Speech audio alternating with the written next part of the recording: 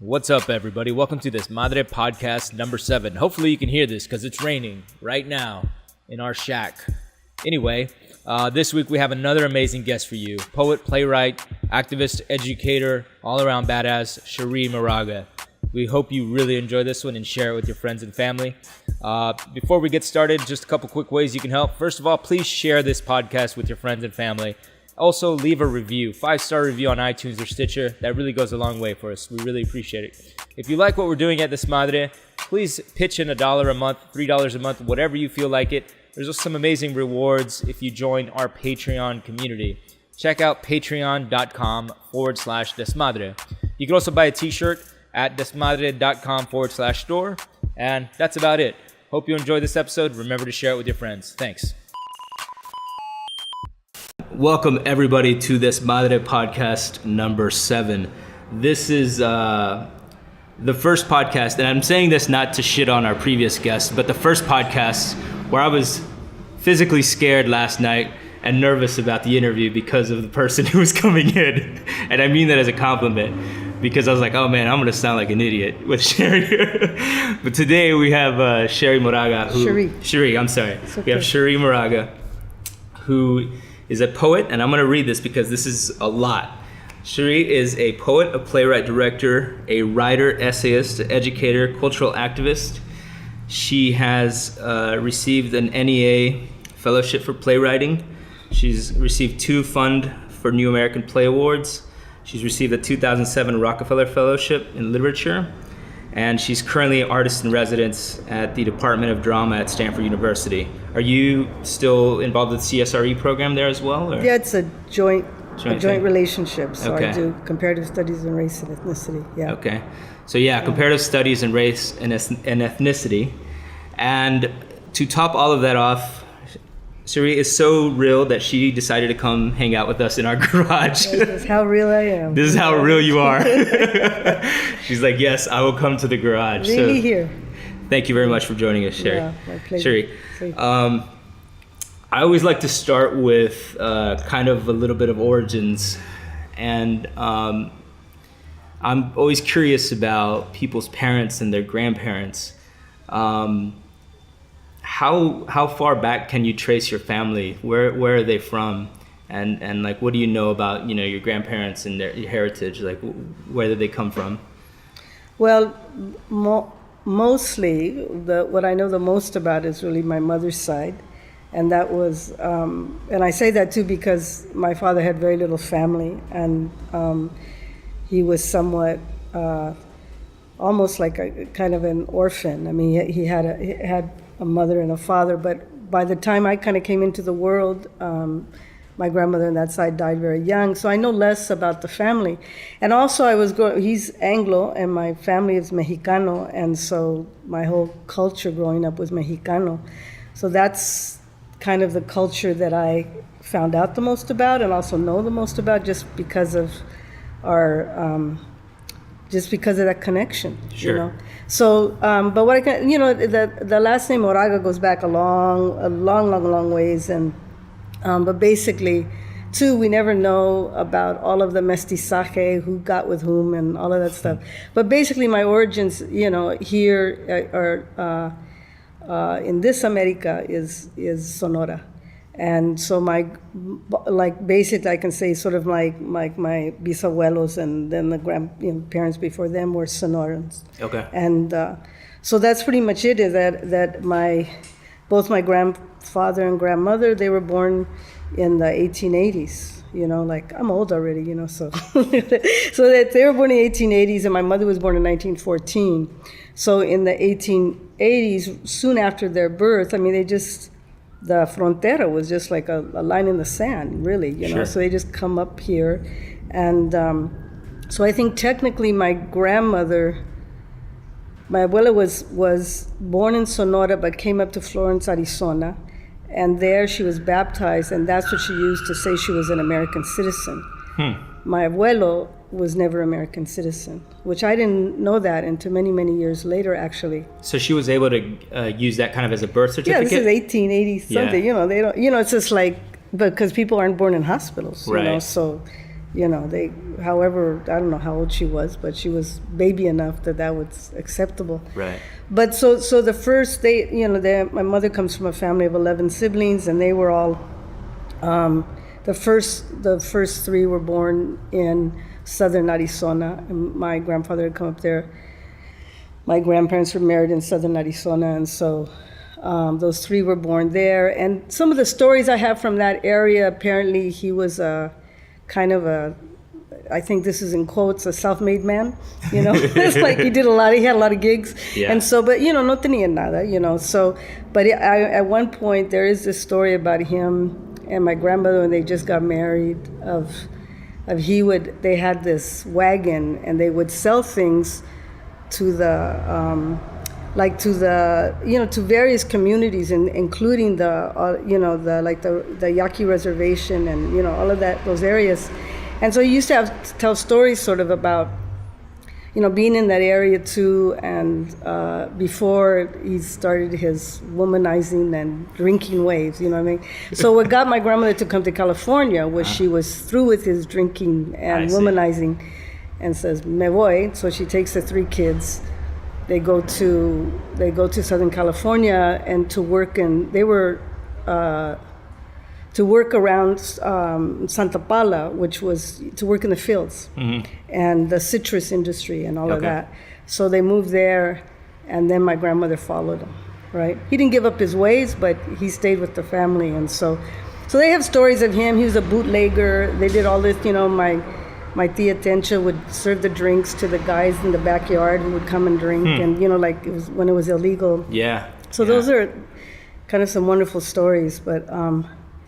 And then the rest of the siblings were born in the United States, including my mom was born in Santa Paula in 1914. So, and the family history is somewhat interesting in the sense that they were basically mostly doing farm labor. They were mostly, they're working in the fields, and that would take them in. They spent time in the Imperial Valley and, any place where the crops were.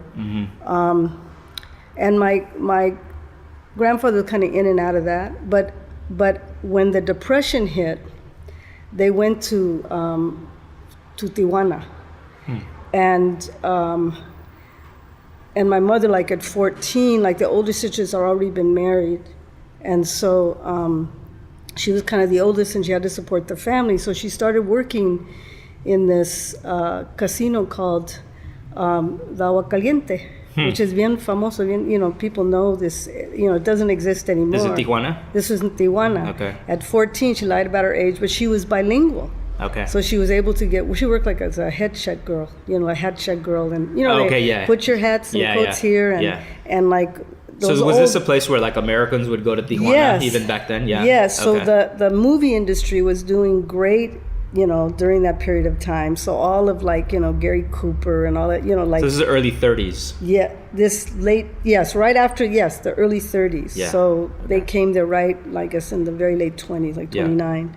And so my mother, es una cuentista, and so she had stories of that period of time in her life that they're kind of amazing stories. It's actually a book I just finished now, has a lot about that period of time, and basically stayed there until Cárdenas,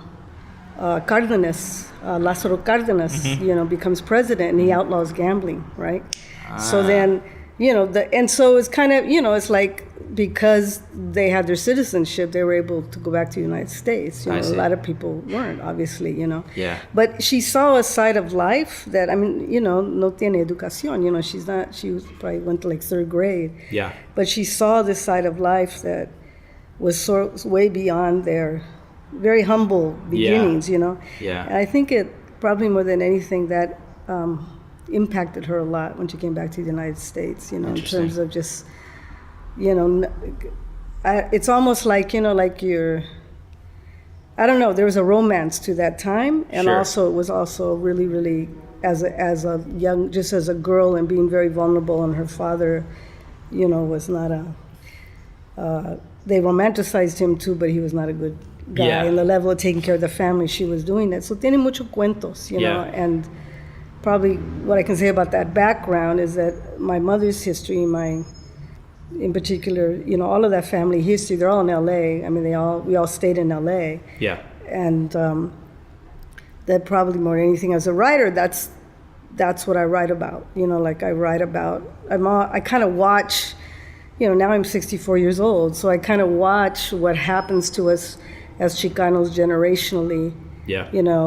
In terms of relationship to assimilation, a relationship to our identity and our politics and all that. So those origins, and I was raised Catholic. I grew up like 2 blocks from the San Gabriel Mission, Mission San Gabriel, like 2 blocks. Where were you born?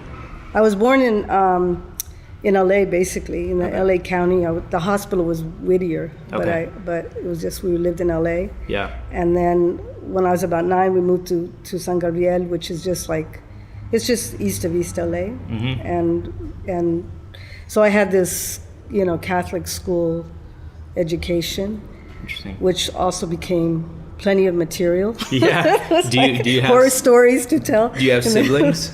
Yeah, I have a sister and brother who are older than me, but Okay. they're all very close. My mother had us late in life. I mean, like she was already in her 30s. Okay. So, that's why she only had 3, right? But I have hundreds of cousins and Yeah. And Yeah. 100 With more. 11 siblings Yes. on your mom's side, Yeah. you would. Yeah. Yeah. Do you have a first memory, like a childhood memory that really is a distinct from your childhood there in LA? I don't know how distinct it is, but I do know my first memory, because it's like those first memories are just like little glimpses, right? Yeah. And we were living in Highland Park, and at the time in which we were there, they had, I guess it was Figueroa, that main drag they have in Highland Park. And so my brother, I had to be 2 because my brother was going to kindergarten, and we had to, and they used to have these, because the intersections were so big, they used to have these underground passageways under the main. Under Figueroa? Under Really? Figueroa, yeah. Interesting. And so I remember my sister's like just a year and a half older than me, so my mom would walk my brother to school. And so we would go under this thing, right? And it was very scary. I mean, to me it was huge. Of course, I'm like 2 inches tall, right? But but what I remember about it, my mom used to always say, don't go too far, because there could be somebody there steal you. You know how they tell you, just to keep you in line. And so I used to have all these fantasies of these guys jumping out with knives and stuff in this very long Corridor. long corridor. Yeah. So it's not profound. It's just my first one. So that's all I can say to you. I was interested in that. I love hearing that because I don't know I think in some ways it's related. Like a lot of people, it is related to fears. That's true. Bukowski talks about his first memory being under a table and seeing his parents' legs and kind of arguing. Yeah. And usually, like for me, I think of like I kind of remember shadows and forms. I don't remember and when I read that with Bukowski, that like struck strongly with me because it's very emotional, but it's more of like it's a form the way he described it, and it's I think for me, like I always think about one of the things that I remember was my siblings going to school, because I have 2 siblings who are older, and I used to want to go, and I would jump on the couch and watch them leave. Yeah. Yeah. And kind of cry and want to go or whatever. And then I remember a lot of nightmares, but there's like kind of specific, like it's usually, I mean, I think all memory like at some point just becomes light and dark in some way. I think you're so right. I mean, because that is how we. Yeah, that's how we remember visually. Sort of. Yeah. But I'm always curious about that. So you spent your first 9 years in LA, and then in elementary school you went to a Catholic school, you said, or? Yeah, we always went to Catholic schools. Yeah, but when there was a period of time before, my story is somewhat complicated, but there was a period of time that we had moved to. When we left LA, we moved to South Pasadena. My dad worked for selling tickets in the railroad there, for the Santa Fe Railroad, and then basically his whole life he's worked in the freight yards of Santa Fe, like mostly out by Hobart in LA, that area out there. Okay. But this period of time he worked in this little ticket office that was in South Pasadena, and we lived right near there. And So that period of time, so that was when it was like, so kind of first, second grade, like that, kindergarten, first, second grade was there. Then when his mother died, we went for a period of time and lived in Huntington Beach, and that was like a totally different world because, I mean, it was just, I mean, also because it was just right on the beach, and there's, you know, very little raza, of course, but also, I mean, I have many, many stories attached to that, because what it was is that my grandmother had run this, like almost like one of like an SRO, single residency units kind of thing, like those hotels that people kind of came, and this was after World War II, right? Even though it's the 60s, there were still people men that had been in the war and had been, you know, they come back wounded, different kinds of things like that. But so my mother, when she died, my mother went in to manage that hotel. Okay. And so we saw this kind of side of life. I was like 8, and I saw like people that were, like there was a suicide, like somebody jumped off. Kind of like transients coming through. Yes. I mean, some really sweet people, but a lot of single men. Like I remember this one Puerto Rican. I never knew a Puerto Rican in my life. And I knew he was kind of like us, but I didn't know, why does he talk funny? You know, I mean, like that kind of thing, in Spanish. And he loved, my mother was a very beautiful woman. And so, and she was kind of, it was the first time too I kind of realized, because there were all these single men and she was managing and my dad stayed to keep his job, you know. So I'd see them kind of like hitting on her, but I didn't understand what that was, you know. But he adored my mom, so he would always like fight her fights, you know, and stuff. And but people who were like transient, people who, you know, it was and we were far away from the whole Moraga clan, you know, so it was a very different life. And how many years did you live there? We did live, like to me it seemed like forever, but it was under 2 years, you know. But what it did do for me is, besides kind of, I think whatever the writer is in you, you start to look, you know what I mean? Like you just start to, there's an interest, you know. It's like it was also kind of the first queer people I met too. Like there was one queer man I remember, but what was really, this probably set me back because I'm lesbian, it set me back probably many years to come out, because the first time I ever met or encountered what I could identify as funny women, you know, like this is the 60s, right? Early 60s. So it's like, where's this very, very butch, there are 2 white women, one who looked like a Marilyn Monroe type, and then another who was just, you know, super, super butch, right?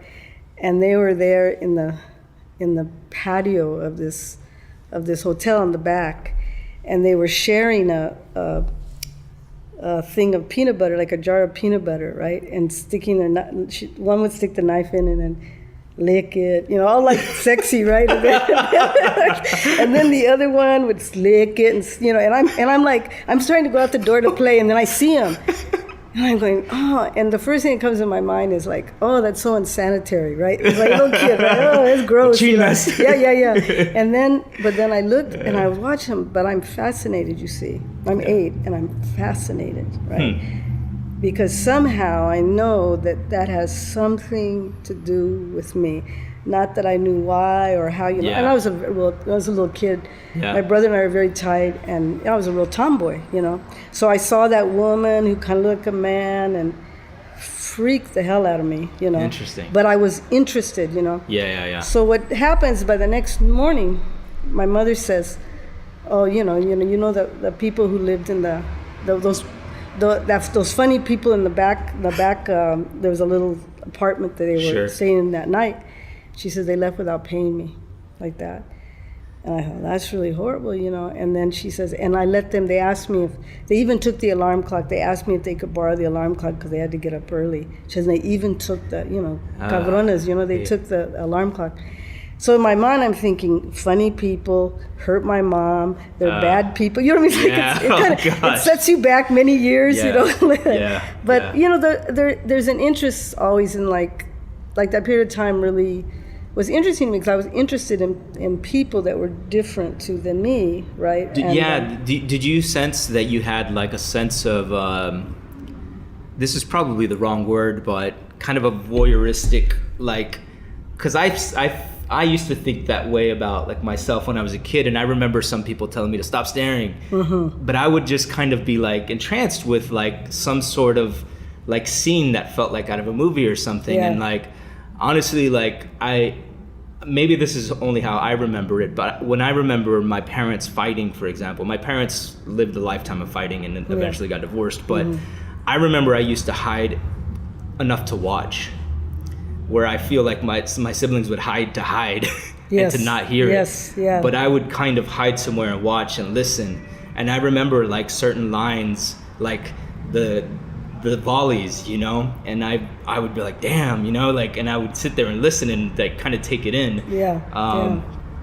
I don't know. I think some people are drawn to that and some people want to run. And well, I think there's something, my sister was kind of more like that, you know, because she was always telling me, you know, come over here, listen, you know, I mean, like she'd always tell me, like, remember this is important, remember this, you know, like, and it was like, I just would be recording, you know what I mean, like the whole time I'd be recording. I was very, like at home, like when sometimes people say, well, what have been your literary influences, right, as a writer, and I was actually a very poor reader when I was little, and my sister was actually a great reader.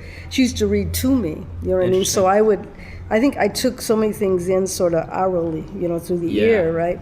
But it was really I always say this, it was really my tias, and, you know, with enough cervecitas, you know, they told everything, you know? And they were very, and my mom, también, she was like to me, the metacuentista, you know, like she could tell you a story that you're just, and the way she tells stories was so detailed, you know, and like she had a lot of passion, you know, so she used to talk about, like she would describe she used to, I don't know how I turned out queer, because she used to talk about men in the sexiest ways. You know what I mean? Like I think like anybody should have been, she would give me training for heterosexuality in a beautiful way, because she'd say, now that's a man, mija, that's a man, you know, like that. And she would describe them and the way you know, si tiene los pantalones bien planchados con that crease y toda la cosa, you know, and like, but what she did is she also kind of showed me sort of what desire was and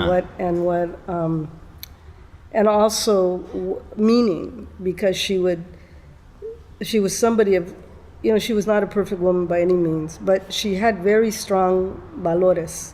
And so she was always kind of telling us, like, if something wasn't just or something, you know, you like, you don't treat people that way. And, you know, it's like, there was a kind of integrity in her that I learned a lot from. There's two things that stand out for me regarding that. And one is that a lot of women, I mean, my mom never talked like that with regards to like kind of anything that was slightly sexual or anything like that. And I find that to be more rare than, you know? So, and then the other thing, kind of the moral backbone that defines like what you say of right or wrong or whatever, like where do you think she got the liberty from? And then where did the backbone come from? And how did those two things, like, you know, work together? Well, I don't know if they work together. I mean, I think that's partly you're smart.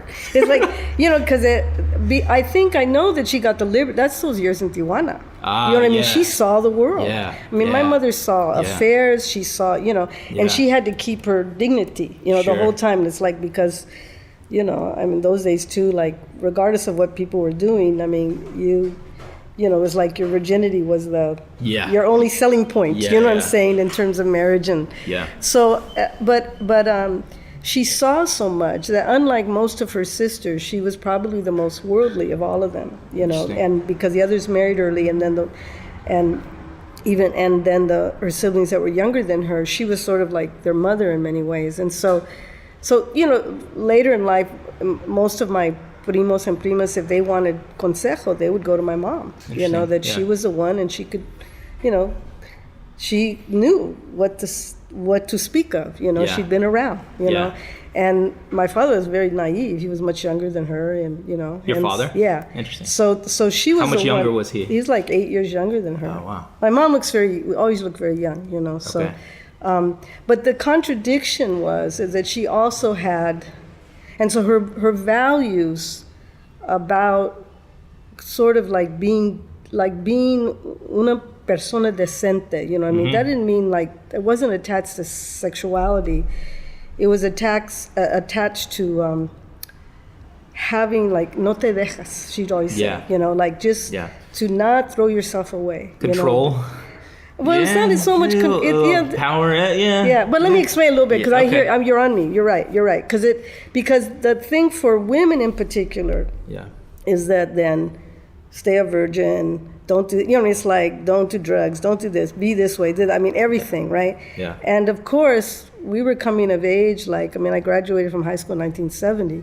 So the ages were not, I mean, the age was, you know, drugs, alcohol, free sex, you know, everything, free love, you know, all of that. And but I think more critically for me, it was, you know, so it's a period of liberation, you know, so all the movimientos happening, women's liberation's happening, you know, gay liberation's happening, all this stuff is happening like in this kind of 10-year period of time, right?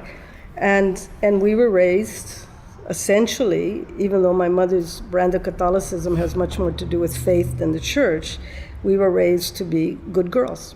You know, just good girls, whatever that is, you know. So, of course, in those early years, it was very hard because I felt like there was always this kind of double message I was getting, because my mom, I knew, was somebody that she didn't get to realize her desires.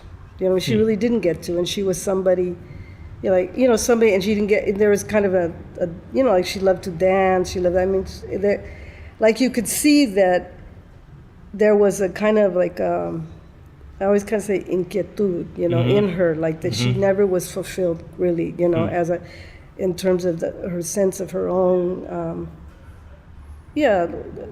desires in this world, even though kind of, you know, they had a good Mexican-American life. What do you think her desires were? What do you think she would have? I think that, I mean, honestly, I think there were great loves in her life that she couldn't realize them. And, you know, with all due respect to my father, I love him very much, but he was the compromise. You know what I mean? I mean, he could never meet her, you know. And as kids, you see, like, you know, when you're talking about being plugged in, that was so evident. I mean, you could eat it, you know, it was so evident, you know, just in terms of, and, you know, and I don't just mean, I mean, like in all of what, you know, how she thought, her passion for life, it's just like, you know, he was an intelligent man and all that, and, you know, he was a good provider, etc., but it was not a good match, you know. So whatever you're saying, even about your parents, it's like there were those periods of incredible fighting, and, you know, but he doesn't ever fight back. So the fighting was one way, which probably made her more mad, you know what I'm saying? Yeah. But, you know, so those are things that, you know, uno aprende, you know.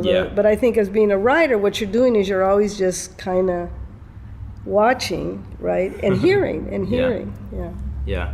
You mentioned that your sister used to read to you a lot and that you weren't a big reader.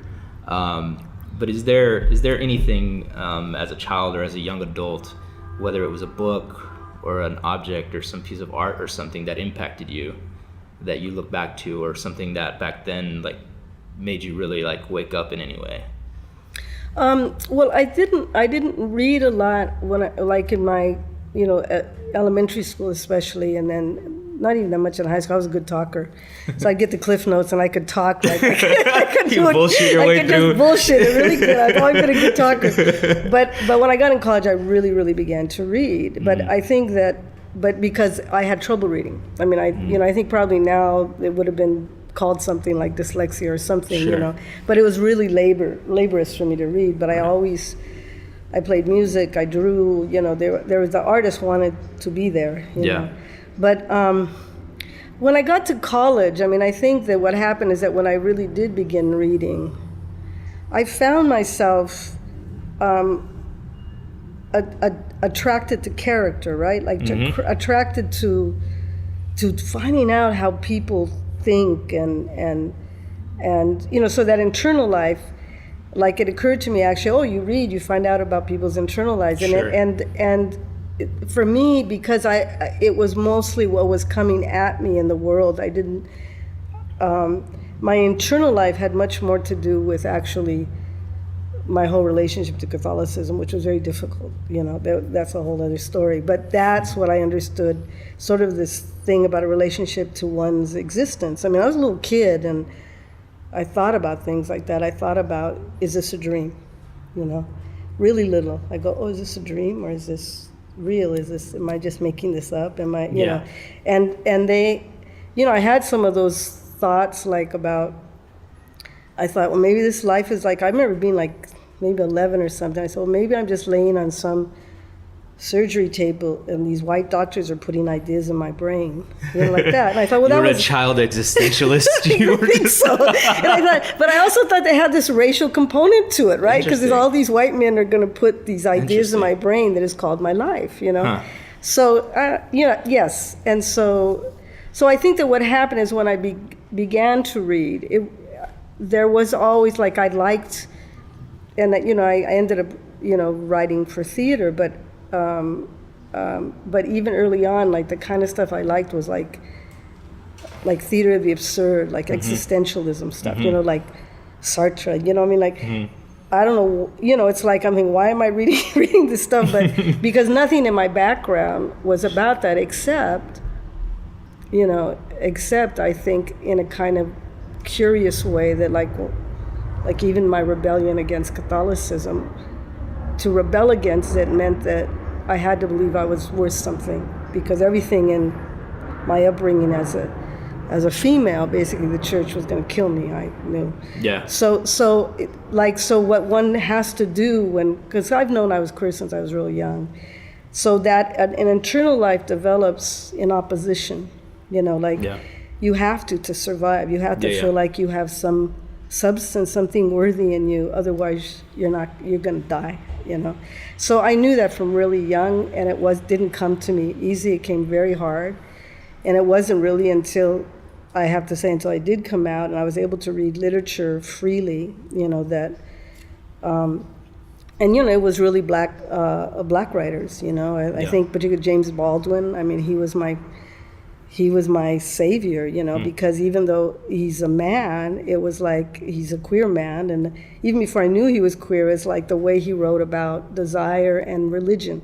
Those are the two things, his critique of his origins, his father's a preacher, and him trying to find his soul, his spirit, you know, but having a spiritual life, you know, in him, but not that repressive, patriarchal, horrible stuff. And then, and he wrote about desire. Even if it was through the bodies of women characters, he wrote this thing about desire, like communion you want to have with somebody, you know. So he was my boy, you know. I mean, it was like, and then I came, you know, when I was coming of age, black women were writing, and that it was black feminism that helped me come to women of color feminism, and et cetera, et cetera, et cetera. Yeah. But those early works, I mean, I think that, you know, it's curious to me now when I look back, when you said existential, that's what I was attracted to, like, ¿por qué estamos aquí? ¿Quién soy yo? You know what I mean? Like, really those just profound kind of questions. You know? Those kind of out-of-body feelings that you are forced to confront. Yes. The lightheaded moments as a child. It's so true. When you were in high school, like, I mean, this wasn't exactly a time when it was super common for women, and not especially women of color, to pursue college. What do you think got you on track to go to college? And can you talk about leaving home for, where'd you go for your undergrad? I didn't leave home to go to college. It was local? Okay. Well, I think that, you know, I think because my mother didn't have education, you know, had very little education. It was kind of a mantra we had all the time as kids, which is, you know, don't be like me, make sure you go to school, finish school. So I don't think college necessarily is what she thought. She just thought finish school, you know what I mean? Like just, you know, get your high school degree, you know, your diploma, whatever like that. But she always, it was like I saw in her, and I think my sister and brother shared this, is that we saw in her such a sense of having been deprived because she didn't have an education, and that she spent most of her life faking it. I mean, you know, we used to sign, you know, she would sign checks, and we'd go to the grocery store, you know, and we'd fill out the check for her, right? So that she wouldn't have to be embarrassed about writing the check. I mean, it ended up years later, I mean, she never went to school or anything, but she got better just from being, You're forced to, yeah. But when we were little girls, she went to go apply for a job. We filled out the forms for her, and I think a lot of, a lot of, children of immigrant, but in this case, it's more class. My mother was not an immigrant. It's class that you, and lack of education, that when you're the child of that person, it gives you an enormous, it's like, I've taught, so many years. I've taught college for so many years. And so I always see those kids, the kids that had that experience, they are the most, I'm going to finish school no matter what, I'm going to, they are the most committed. And there's also a kind of sense of loyalty to your parents, that you want to do it for them kind of too, So I think that's very strong. But one thing that was interesting is that the first year I was in college, because I hadn't read much, and I went to this college that had a Catholic name, but it wasn't Catholic, but everybody assumed it was Catholic, because it used to be Catholic. Okay. It was called Immaculate Heart College. Okay. And it's in the same campus where now AFI, the American Film Institute, is in Hollywood, right up on that hill. That's beautiful up there. Yeah, and so it was a tiny, tiny college, like 400, 500 people in this college, right? But it had this really radical history, because it was the Immaculate Heart nuns were the first nuns to take off their habits and rebel against, at that time, that horrible Archbishop McIntyre in LA. I mean, he was the most misogynist, horrific human being next to Trump.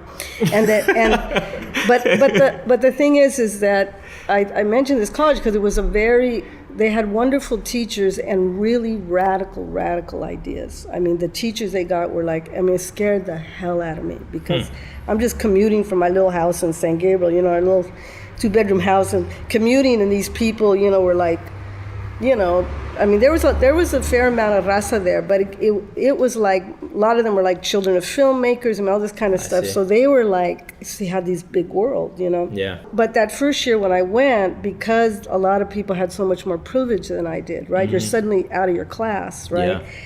And I went, they'd read everything. I said in an English class, I said, these people, I'm not going to spend my whole life catching up, And, which is an interesting thing, because I tell students that, particularly first generation, students, I said, you're always going to think you have to catch up, and you don't, it's like if you don't have the library in your home. I mean, my kids have a library in their home because of us, it's like, we're college educated people, right? So that sense about, so that first year I got so freaked out, and I come home, I remember my mom's cooking, and I go, I don't know, man. I said, I'm so freaked out. I said, it's just, I don't know, I can't, how am I going to catch up, Yeah. And then my mom says to me, oh, it's okay, mija, you got your education, you can go get a job at a bank or something. I forget, get an office job, Yeah. And for my mom, to wear tacones and have stockings and to be able to have a clean job like that, because she worked, factory, is that's it, you did it, right? Yeah. And her telling me that was the best motivation in the world. And I ran right back to school and started, just reading as much as I could. And, Yeah, crazy. And so you did your undergraduate work, was it, you get an English degree, is that right? Or what did you? Yeah. How did you end up knowing that was what you wanted to do? I mean, was that just kind of naturally where you gravitated, or? No, I didn't know anything, I mean, I was just kind of, my sister was an English major, so I just go, whatever. It was not like a calling. You didn't go have a sit down with a counselor and figure out what your career options? No, it's not a calling. Well, that's good. Good for us. No, I mean, good for us that you ended up there. Yeah. It was really because I didn't know. I just figured I would do a kind of liberal arts major, whatever, but what happened is that I fell in love with writing, and I did. There were some interesting teachers I had along the way. One person, Eloise Klein Healy, who's at one time was the poet laureate of LA now, and she was somebody who looked at me and said, it's like sometimes you realize, because I do this with my students all the time, just says, you tienes algo, you got it, you got something, you got something, Yeah. And there was there was some really, really good, just some good teachers that I think that some of the men that were teaching there, it was interesting because they were like these, they were all World War II vets, you know, like, and they were in the, you know, so they had the GI Bill. GI Bill, yeah. So they were kind of working class guys that got education. They're white men, but, you know, like Irish guys, but so there was something, they were more grounded than the way the university is now, where you feel like it's theory, post-theory of the post of the post-post. And so I feel like I had a very kind of, I had teachers, I had some teachers that were, that taught in a way that was related to life, you know, and gave you some skills that way intellectually, if not the rest of your life. And even though it nothing related to us as Chicanos, you know, but it did help my life of the mind, you know, to figure out. It wasn't until I left college that I was starting to figure out how to write without the sense of catching up, to write not for white literati, but to write for us as Chicanos. Yeah. When you were writing as an undergraduate, was there any one like instance or piece or something, or were you doing any creative writing at the time, or was I did a little bit? Yeah. What was that like? What was your writing like back then? It's embarrassing, I guess. It's always embarrassing, but that's the beauty of it. I mean, that's the beauty of it. It's true. Yeah. I mean, I look at some of those things that, I mean, frankly now, because I've been writing for so many years, I look even at my first book, Loving in the War Years, and I look at this, you know, young woman in her 20s writing this, and I have a lot of compassion for her. I mean, like, she's like it's almost third person for me. I don't identify necessarily, but I know that I still read from that work, and I do a lot of engagements in different places with college students in particular, and I always, lots of young raza, and I read those pieces, and that they're there, you know what I mean? So that's what's beautiful about it, is that's why I say, oh, look at this person, you know, 27, that's pretty smart, that's good, you know, like, you know, but you know, so you know, when I was in college, I did get support. Like, I remember just this one teacher saying, there was some visiting writer, and my professor was in his office. I had to come pick up something, and he says to this guy, oh, this is Cherrie. Cherrie's a poet. And I nearly died. Yeah. You know what I mean? I nearly died. You know, I said, oh, it's like, oh, one could be a poet? You know what I'm saying? So I loved, even in high school, I loved writing. And I used to do little scripts, and I used to, you know, like, there'd be like, you know, it was basically, we had a girls' wing to our Catholic school, and we would do all these shows, and I'd script them. So I was always writing. Yeah. And, but it really wasn't until after college that I began to see that, that I had to shift just because, and also the politics of the time made that evident, that I was not going to, that if I believed in this kind of white literary model, you know, of how one is supposed to be a good writer, I was dead in the water, you know, because you never catch up that way. I mean, you have to find your own voice, no matter what it is. And I was told, like, after I graduated from college, I was in a writing workshop, and there's all these women, and that, you know, and they told me I didn't have a big enough vocabulary, right? And I'm thinking, what? I just graduated from college. Are you kidding? I don't have a big enough vocabulary. And what it was is that I wasn't claiming my own vocabulary, right? You know? And it was like, you have an enormous. Each of us is the way I teach my students. I said, the only thing you got going is you. Yeah. What makes you original is you, not imitating somebody else. I said, so you got to be you, like, to the max, like the deeper and deeper and deeper you, whatever that voice is, let those voices come out, find what really works for you, and you move from there, you know? Yeah. But that's a long journey, because our education is just about colonizing us to think that we got to sound like the white man, you know what I mean? And not just the white man, but like the very educated white man, that language, you know, the editing is like that. And all along I've had to, you know, struggle with those questions about also what is good advice, you know, because sometimes you get good advice, you know, and the people are on your side, they want you to be better at what you do. Yeah. And what is just simply prejudice, you know? Yeah. I mean, I think even sometimes bad advice is not ill-intended. It's just what people think, right? Oh, it's definitely that. There's a lot of that. Yeah, And I mean, I remember even like, college essays, I was an awful writer. And I remember my college, like my essay to apply to Stanford, I think, had a bunch of curse words in it. Not a lot, but it had a few. And I remember I asked my English teacher to like if he would give me some feedback, and he was just like, "You can't send this." Yeah. And he was just like, "No." And I read it, and I was like, "This is good," I was like, "Fuck this guy," and I sent it, but I don't know. I guess it worked, or whatever, but yeah, and I don't think he meant bad, he certainly wasn't. I hope he wasn't trying to keep me down. He was a white man, but I think he was trying to, he was trying to do his best. He was trying to help me out, but I thought it was bad advice even then. And you do have to, then I do recall other advice, which is like, okay, that's actually not bad, Yeah. But there's something to that. I mean, it's like, regardless of his intention, if your visceral response is to say, I'm going to do it this way, ultimately that's what you have to trust. Yeah. You know what I mean? And then if it's that strong, then that's what you do. Yeah. Yeah. There's a quote. I'm going to find it here real quick, because this is something I think a lot of artists struggle with, that finding your voice, and especially when you're an adult and you have to think about paying rent. Oh, yes. that. Yes. And living. I'm going to read a quote from, I think this is from a Chicana codex of change consciousness, and this really struck me. It says, the censorship I have experienced has come in the not so idle threats of gun-toting mad dog envidiosa colored dykes, and in just plain old commercial disregard, where the money you need to do the work you do ain't there for the kind of work you do. And this is, I think you were referring to theater work.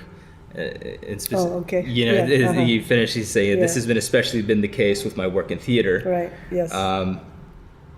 And as a filmmaker, like, that's something like I feel like I've encountered, where you have a script, you feel really good about it, people of color and other people that you trust are telling you this is really good, but when you get to the point of trying to actually realize this, it's impossible. Yeah. And this isn't necessarily a question, but I mean, how do you get through that? Like, because I'm guessing you have a number of unproduced, plays and stuff that's just remained on the page. Well, I mean, it's, I think what I was also saying in that period when I mentioned the thing about so as not to be misunderstood. Okay.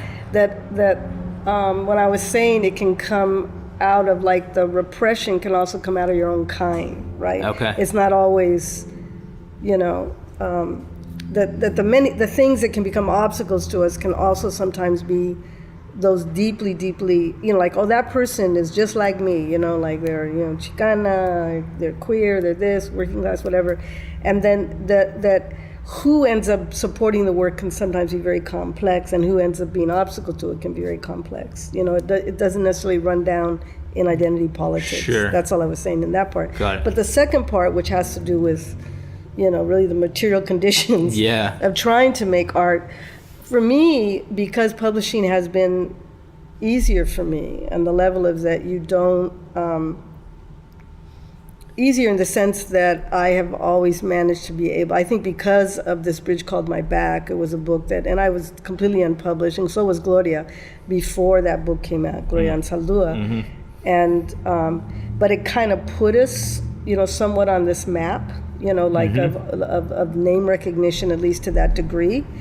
And so publishing became somewhat easier. But what's interesting is that, I think this is the same thing with film, is that those worlds don't cross. So I would, like, people would treat me like I'd never written a line because they only read plays, they only know theater. Right. It's the same thing with film. It's like their worlds do not, so, you come in there and you're like 35, and they act like you know nothing, and you're saying, well, actually I have 3 books, or I have 4, whatever the deal is. So, but for me, it's also the obstacle has been of what I write about, you know, and who you make center stage. And so for all of us, particularly for those stories that we want that are actually much more complex than what makes it in the mainstream, there's so little about us anyway, that when the films are made about us and they make the mainstream, they tend to be so generic. You know what I mean? There's just no nuance. There's very little complexity. There's just, you know. So when we desire to really write for us, and not in translation, and I don't mean I mean cultural translation, right? Yeah. That it's really hard to get it funded. So virtually every play I have ever done, I've pretty much produced, right? In other words, that even though a theater is doing the project, I'm writing all the grants, I'm doing all that, but I'm gonna, you know, it's like, you know, fundraising, that it's like, I'm talking about the initial production, right? Because maybe the play later might go other places, right? That I'm not involved in, but to have it realized, you know, and plays cost a lot less than film, but still, how do you come up with $100,000? Yeah, you know, and so it's like, and by then I'm directing, I'm producing, I'm writing, you know. And it's like, last one we did was New Fire in 2012, and by the time I got done with that one, it was a huge play. And I said, I'm not gonna do this again. That's it. I'm too damn old. I can't, you know, like that. But you do think about, but in fact, I am doing another play, and it's coming out this summer at Brava. But what I thought about is, I think, you know, if at 64 years old and many, many books later, all right? And I'm not saying this to aggrandize myself, to say I'm so all that. Sure. It's more just kind of looking at it as a demographic, right? Where you kind of go, I said, now, my male counterparts, you know, just my male counterparts, I'm just talking Chicanos, you know, they don't have my issues. You know, my straight Chicano, you know, they do not have my issues, you know. And we're not talking about quality of work, right? Yeah. So it even gets that, you know, it even comes down to that, right? Sure. All of our sites of identity. Yeah. And so, you know, other people have the privilege of just being able to make art. But for most part, you know, any of us in our sites of our identities, but we're particularly talking about, and I think Raza still remains completely underdeveloped, you know, in terms of we are an underdeveloped population in terms of our art expression, you know, because we are not given those opportunities, right? I mean, the work is all there. It's all there.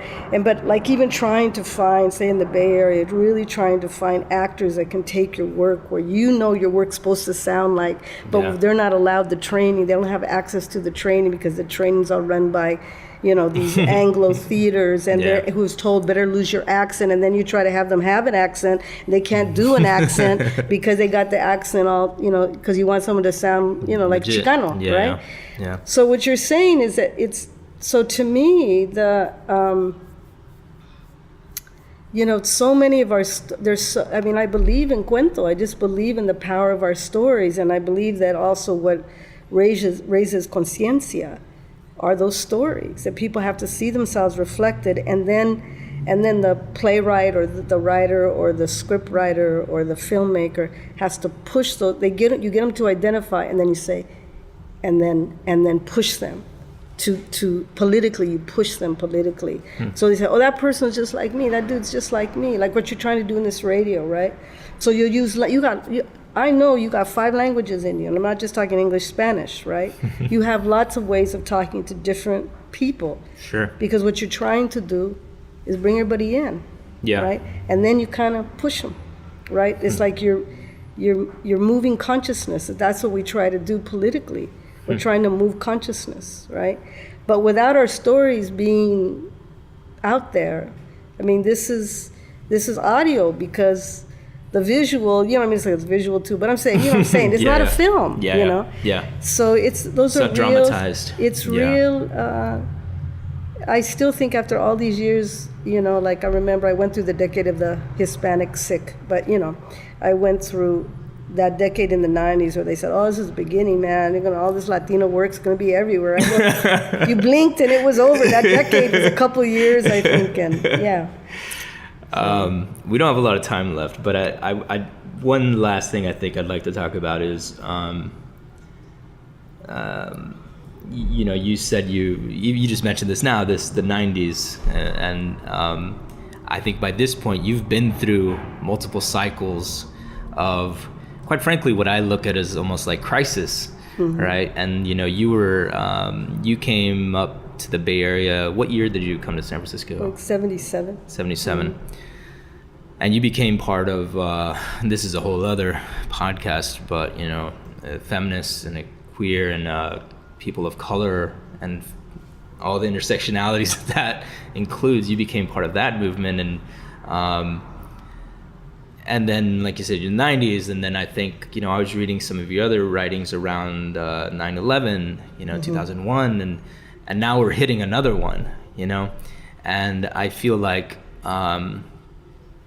I don't know if, again, this isn't a question that can be answered, but I feel like we're often finding we're looking for some sort of conclusion to Chicano identity, or some sort of where's the end game here. But I feel like it's this is like a constant churn, especially because immigrants are always arriving, and because people are always going through this.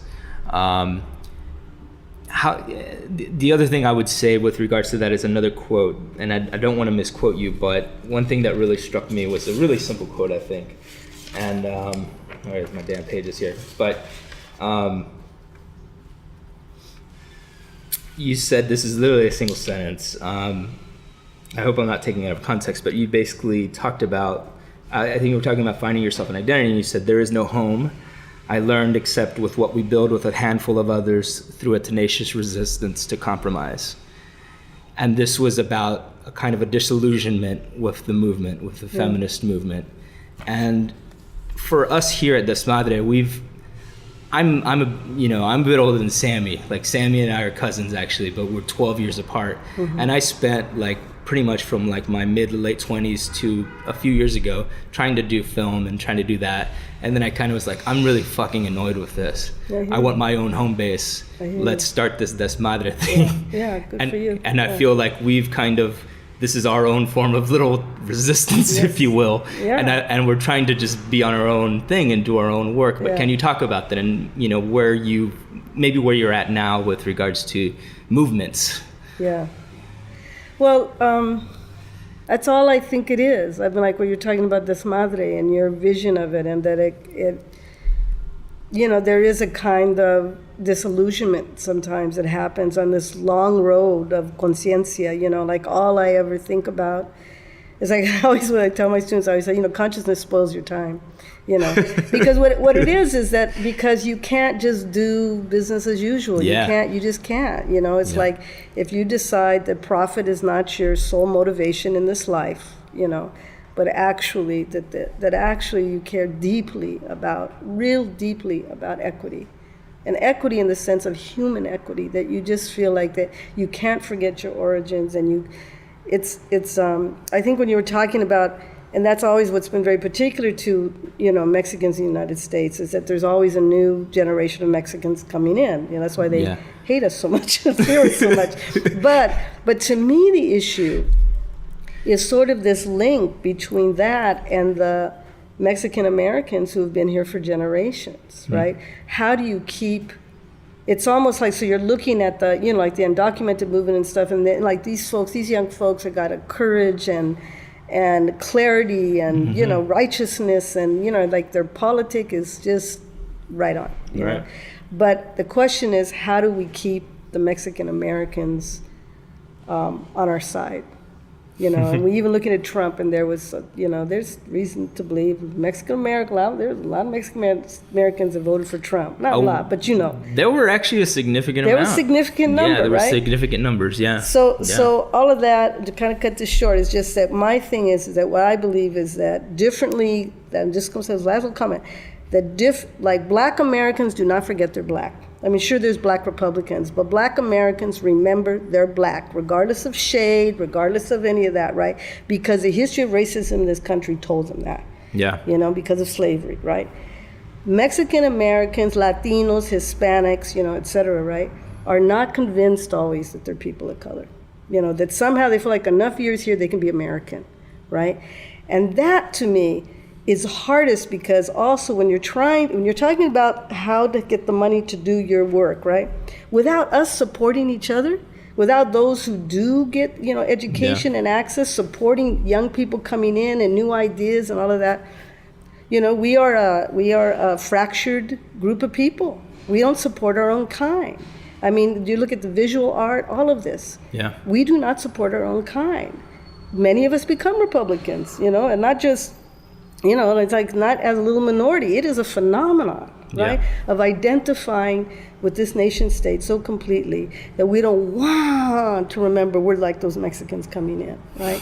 So to me, that's the impact of that is also economic in terms of supporting our arts, right, and supporting a political movement. And so the issue of conciencia to me is what I think it's about, that how do we continue to remember in order to build a future? Yeah. Yeah. Yeah, it's super challenging. I mean, I think a lot of people have been dealing with that over the last week, literally. And certainly on social media you're seeing it, and I mean, I'm seeing it within family. Oh, our families are like a mess this way. Yes. Yeah. And you can't even have a dinner conversation because you don't know how it's going to go. I don't want Thanksgiving. My wife was like, "Let's go to Japan." I wish we had the money. Let's get the fuck out of here. That would be great. It's extremely troubling, and the more you dig in right now, I think it's causing everybody to, really confront some stuff, not only amongst the community but amongst ourselves. Because generally speaking, even if you are, you consider yourself like a, conscious liberal, for lack of a better way of putting it, like you don't think about this stuff a lot. You really don't think about it. You try to live it in some way, but you don't confront it head on in your day to day. I think the way we're being forced to this week, but. And I think the fear is that it goes just back underground. Yeah. I mean, there is a sense of in a kind of curious way, a sense of relief that I have in the knowledge after all these years that really this foundational misogyny and racism and basically white supremacy, like that this foundational part of the United States has surfaced. Because it has always been there. I mean, I think that some of the people that have been the most surprised about this thing have actually been white women. Yeah. Because they're saying, wait a minute, we thought we were members, and suddenly they're real. I mean, I think, well, good. Now you're understanding that your feminism then requires your alliance with people of color. I mean, that it will not happen without people of color. And this is something that's, women color feminism talking about since, the early 70s. Yeah. And so that's how I see it, that it's kind of like, that emperor's clothes kind of thing. It's like, the man is naked and showing his ugly ass, I mean, what's really, under, and the roots of this are really foundational to this country. Yeah. Yeah. And I think as much as I was like mentally putting on a front leading up to the election and being like, as positive as possible, I'm like, look, let's do Hillary, let's just block this guy, block this guy, right? Yeah. I had also been mentally preparing myself for what I thought was totally possible, and I have a white woman actually a few days after the election I was speaking to was like shocked, and she's like, I did not expect this. I can't believe this. And I was like, and she was so, she probably doesn't get around too many people of color, but I was like, it's because you're a white woman. Like you did not grow up as a person of color in this country. And you've never been treated a certain way when you walk into Macy's and people follow you because they think you're going to steal fucking socks. Like, you don't get asked if you're on probation when you get pulled over for a broken taillight. You don't get this bullshit. So this is totally like, as like wrenching as it's been, like this is not a surprise, but awesome. I hate to end on a down note there, but what would you say to as somebody who's kind of been through this up and down, and again, I think when I was reading some of your thoughts immediately after 9/11, like, you've been through this, you've been through the up and down, like, is there anything in a practical sense that gets you through it? Like, what get your family, Well, I mean, yes. I mean, of course, I have a partner of 20 years, Chicana painter, Celia Rodriguez, and we've raised her kids, we've raised my son, we've raised her grandkids. I mean, we have a lot of familia, and at a certain level, and it has not been easy. And I think that, and it's been also, to me, one of the things I'm most grateful for. I feel like I earned us, the family, this queer Chicana. My son always says, he goes, I was raised by these indígena identified Chicana lesbians. He says, what am I supposed to do with that? And he says it with great love, But because he's in the world and nobody has his history.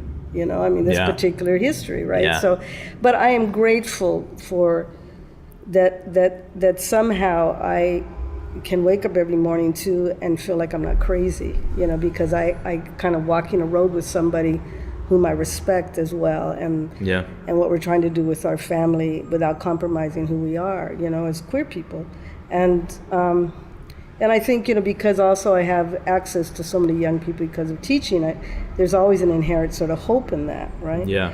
But for me, really, it's like with 9/11, when 9/11 happened, I think one of the biggest things that is my frustration with the country, and if anything I could change, it would be the acknowledgement that everything they say that's wrong, like all the stuff that comes out of Trump's mouth, et cetera, to acknowledge that the United States is responsible for it, to acknowledge that they're responsible for Syria, to acknowledge they were responsible for 9/11, it's like that is all foreign policy that has been absolutely generated to make profit, for the corporations that run this, so-called democracy. And that sounds like a lot of language to say something that's just absolutely true. And like, you don't have to have education to know that. You don't have to have an education, like a college education, to know that they're lying to us, and that all that hate mongering is like you're talking about. I was just talking to a British man, African Britain man, and I was saying, oh man, you guys all started, coming in and doing all that, imperialism, colonizing everybody, And I said, and look at, they did Brexit, right? So they want to keep out the immigrants. And it's the same idea. It's the same thing that every place where they put their big pata, suddenly those immigrant communities are now on their land, right? Yeah. And they wanted to keep, it's like, so the United States thinks it's any different, So somehow if as this nation could separate in our mind this idea that we're somehow exceptional, that I think that we could actually be democratic, because then it would allow the truth about these decisions we make, in order to gain profit for, we know this, for this very, very small segment, of society. And we're not a monarchy. Really having a king, Trump, is not going to make us richer. It's not going to make us feel better, So that to me is just like a single thing. And that's what the 9/11 taught me, when I saw all the commercials that came out after 9/11, which says, buy America, be free. You want freedom, you buy. And I'm saying freedom and free enterprise are not the same thing. And yet they were just trying to sell it to us, that we are no longer citizens or consumers. That's all they care about. And that hit me like anything at that time. Not that I didn't know it before, but it hit me. So this to me is no different. This is, Trump exists because of the invasion in Iraq. And he said, I wasn't in favor. He's a liar. But it's like, but the thing is that all of these things, it is all dominoes, It is that the mess that he can now say about Mexicans and the wall, and, it's like we were the ones, as Raza, we were the ones that were protesting on the left against NAFTA, not him, Yeah. So you can anticipate, Yeah. What's going to happen. And somehow they do this popular argument, that convinces us somehow that, white is right, and that somehow the United States is an exceptional place on that level. I would like us to really be, equitable and free and all the things they say we are, but not at the expense of another nation, another country, another people. Yeah.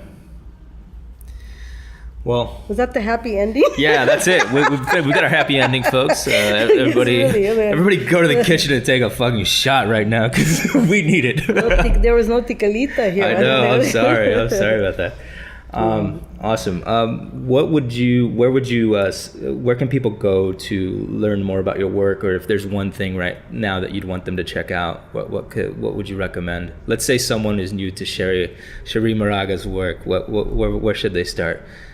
Well, I have a website, okay, and I'm just going to post. I did do I was asked to write a letter to the president-elect, but I did not call him president, and so it's an audio, and so there can be a link on that website to it. Okay, so I haven't posted it yet though. But anyway, it's just cherriemoraga.com. Okay. So yeah. Good starting point. Yeah. Okay. Yeah, it has everything there. Yeah. Awesome. Anyway. Well, thank you so much for stopping by. Fun talking to you. Yeah, no, this is amazing. Like, I love the details, especially of people's past, and I think it, that's the practical and the details. Really, I think people pull a lot more from than the theoretical, and I agree. It's certainly special. So thank you so much for stopping by. Welcome. Yep. Thanks, guys. We'll see you next week. All right. Okay. Thank you very much for listening, guys. Podcast is now over. Remember, support Desmadre on Patreon, patreon.com/Desmadre, or check out our store, desmadre.com/store. Pick up a t-shirt or some stickers or something. Most importantly, please remember to share this with your friends and family, and leave us a nice 5-star review on iTunes or Stitcher. Thanks, guys. See you next week.